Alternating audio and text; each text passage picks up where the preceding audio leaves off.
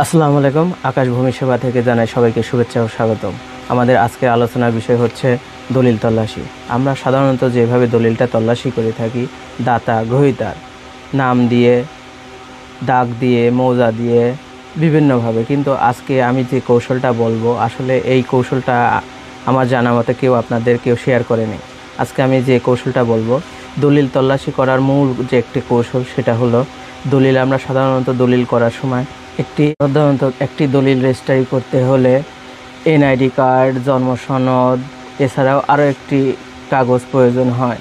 যে খতিয়ান বা দাগের জমি রেজিস্ট্রি করতে হবে, তার ভূমি উন্নয়ন কর বা খাজনার রসিদ দরকার হয়। এই ভূমি উন্নয়ন, খাজনার কর ও রসিদটা আমাদের যেতে হয় ইউনিয়ন ভূমি অফিসে। এই খাজনার রসিদটা পূরণ করার পর ভূমি উন্নয়ন অফিস থেকে একটা খাজনার রসিদ আমাদেরকে দিয়ে দেওয়া হয়, আর একটি খাজনার রসিদ ভূমি ইউনিয়ন অফিসে রেজিস্টার বই থেকে সুন্দরভাবে লিপিবদ্ধ হয়ে থাকে।